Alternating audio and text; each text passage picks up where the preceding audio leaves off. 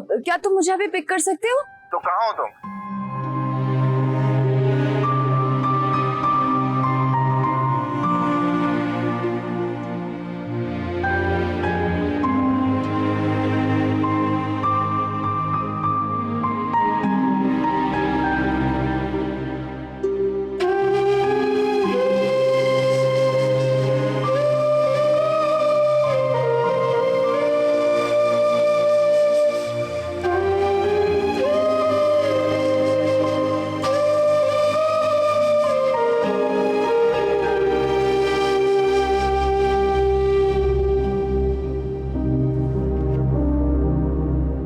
क्या बात है अस्मारा, परेशान लग रही हो?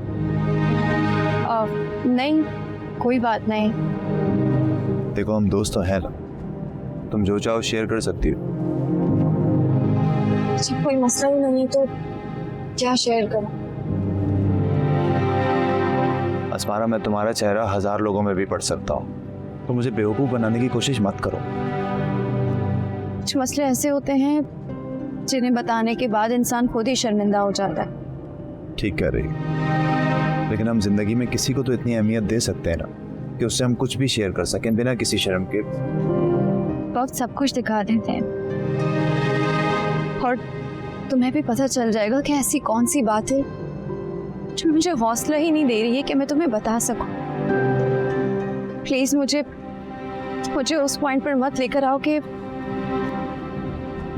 मैं शर्मिंदगी से अपना सर ही ना उठा पाऊं। ठीक है, तुम कहती हो तो मैं मान लेता हूँ, लेकिन तुम भी मेरी एक बात याद रखना, कोई भी प्रॉब्लम तुमसे बड़ा नहीं ना ही हो सकता। And you have always been very strong, बचपन से देखता आए हैं तो अपनी ये क्वालिटी इंटैक्ट रखना।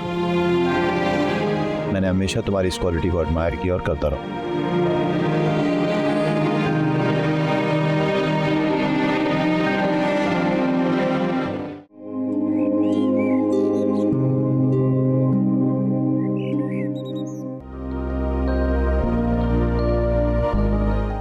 खैरियत?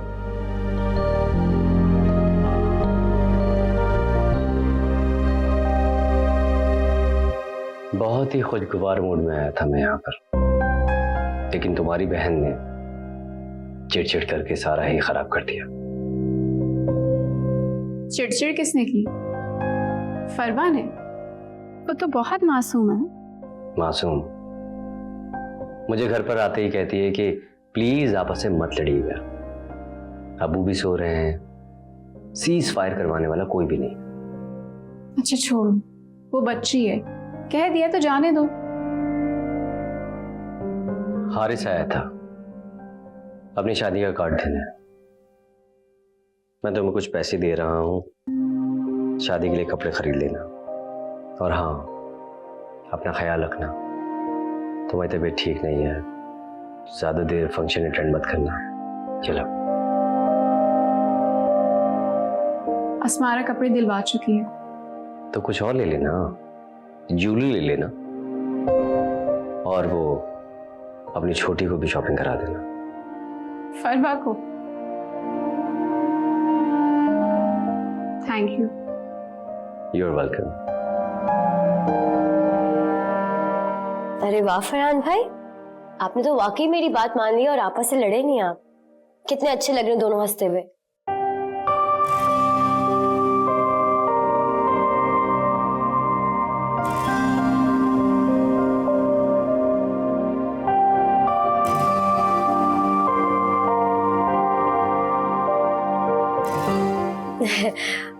अच्छा आप दोनों बैठे, मैं आप लोगों के लिए चाय ले आती हूँ।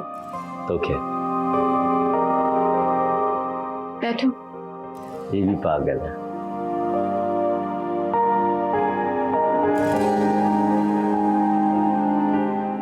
तुम्हारी तबीयत कैसी है? सही है बस।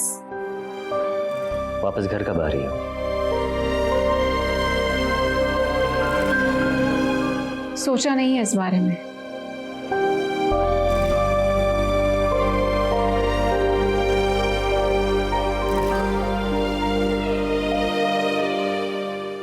एक रिक्वेस्ट है तुमसे, जब शादी में जाओ तो अपनी पिक्चर्स खींच के जरूर भेजना। ठीक है।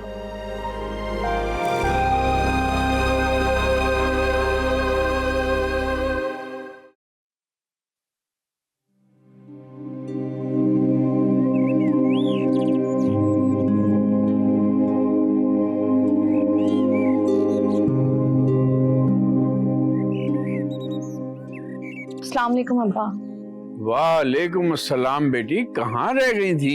मैं इतना परेशान हो रहा था। वो बाहर एक छोटा सा काम था।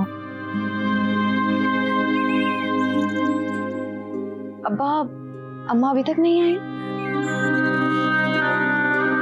तुम उसे ढूंढने गई थी? देखो बेटा, मुझे सिर्फ अपनी बेटियों की फिक्र है, उसकी नहीं। वो जिस रास्ते पर चल पड़ी है वहां से वापसी नामुमकिन है, इसलिए उसकी फिक्र में अपने आप को हल्कान मत किया करो। अब्बा, क्या माँ से ज्यादा करीबी कोई खूनी रिश्ता होता है? नहीं। हमारी माँ का इस दुनिया में बहुत अजीब ही किरदार है। जो दर्द बेटियां अपनी माँ के सीने से लगकर उतारती हैं, वो ही दर्द खंजर की सूरत में हमारी माँ हमारे सीने में उतार रही है। नहीं बेटा, किरदार अजीब नहीं है, हमारी तकदीर अजीब है, हमारी आजमाइश। याद रखना बेटी, अल्लाह हिम्मत से ज्यादा आजमाइश नहीं डालता। और जो लोग बेतहाशा आजमाइश से गुजरते हैं, अल्लाह उन्हें बेतहाशा नवाजता भी, फिर सब दुख भूल जाते हैं। लेकिन अब्बा, आपको तो किसी चीज से नवाजा नहीं गया। आप तो हमेशा आजमाइश में ही रहे। आपकी आजमाइश तो कभी खत्म ही नहीं हुई। नहीं बेटा, ऐसा नहीं कहते। मैं तो अपने रब की रजा पर शाकिर हूँ। अल्लाह का लाख लाख शुक्र है कि अल्लाह ने मुझे ऐसी बेटियों से नवाजा जो मेरी फर्माबरदार हैं, मेरा ख्याल रखती हैं। शायद बेटा होता तो इतना न संभालता। और ख़ास तौर पे तुम तो अल्लाह की तरफ से मेरे लिए बहुत बड़ा तोहफा हो। मैं जब अपाहिज हुआ तो तुम मेरी टांगें बन गई। मैं जब कमज़ोर होता हूँ तो तुम मेरी ताकत बन जाती हो। मेरी बेटियों ने मुझे बहुत सुख दिए। और तुम देखना, अल्लाह की नवाजिशें हम पर कम नहीं होंगी। और आजमाइशें तो करम वालों पर डाली जाती हैं। मैं अल्लाह का शुक्र अदा करती हूँ कि आप मेरे अब्बा हैं।